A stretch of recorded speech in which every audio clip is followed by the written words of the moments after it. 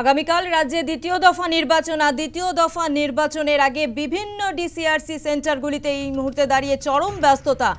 আগামীকাল 7টি জেলার 142টি কেন্দ্রে ভোট গ্রহণ। ডিসিআরসি সেন্টারগুলিতে চরম ব্যস্ততা। ডিসিআরসি থেকে বুথমুখী ভোট কর্মীরা, ইভিএম নিয়ে ভোট গ্রহণ কেন্দ্রে ভোট কর্মীরা।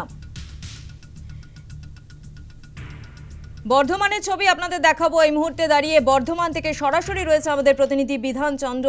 বিধান, আগামীকাল রাজ্যে দ্বিতীয় দফা নির্বাচন এবং বর্ধমানে তুমি রয়েছে, এই মুহূর্তে দাঁড়িয়ে পরিস্থিতি জানাও।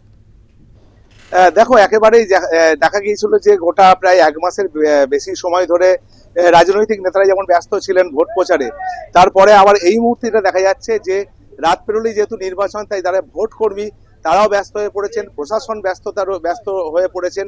কারণ একদিকে যেমন নির্বিঘ্নে ভোট সম্পন্ন করতে তারা তৎপর রয়েছেন, তার জন্য এই জেলায় 260 কোম্পানির কেন্দ্রীয় বাহিনী মোতায়েন করা হয়েছে এবং এর পাশাপাশি 4465টি যে ভোট গ্রহণ কেন্দ্র রয়েছে জেলায়, সেখানে ভোট কর্মীরা যে কয়েকটি ভোট যে ডিসিআরসি সেন্টার করা হয়েছে, সেখান থেকে তারা ইভিএম সহ ভোটের যে সমস্ত জিনিসপত্র লাগবে ভোট প্রক্রিয়া সম্পন্ন করার জন্য, সেগুলি নিয়ে তারা ইতিমধ্যেই রওনা হওয়ার জন্য প্রস্তুতি শুরু করে দিয়েছেন।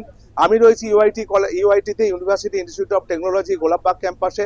এখানে ইতিমধ্যেই ভোট কর্মী যারা তারা আসছেন বর্ধমান দক্ষিণ, বর্ধমান উত্তর এবং ভাতার, এই 3টি বিধানসভা কেন্দ্রের যারা ভোট কর্মী তারা এখান থেকে ইভিএম এবং ভোটের কাজের জন্য যে সমস্ত জিনিসপত্র লাগবে সেগুলি নিয়ে তারা ভোট গ্রহণ কেন্দ্রের দিকে রওনা দেবেন। এবং প্রশাসনও চাইছেন যে এই জেলায় শান্তিপূর্ণভাবে নির্বাচন সম্পন্ন করতে, কারণ গতকালকে আমরা দেখেছিলাম পূর্বস্থলী দক্ষিণ বিধানসভা কেন্দ্রের একেবারে অশান্তির পরিবেশ তৈরি হয়, দুই রাজনৈতিক দলের মধ্যে সংঘর্ষ হয়েছিল।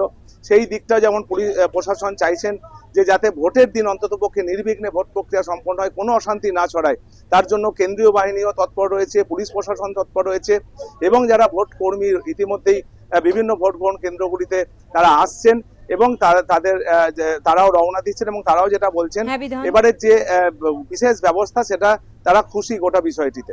বেশ, ধন্যবাদ বিধান।